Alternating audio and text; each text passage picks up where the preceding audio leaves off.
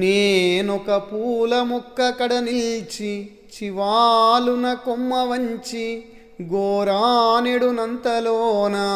విరులన్నీయు జాలిగా నోళ్ళు విప్పి మా ప్రాణము తీతువానుచు బావురుమన్నవి కృంగిపోతి నా మానసమందెదో తళుకుమన్నది పుష్ప విలాప కావ్యమై.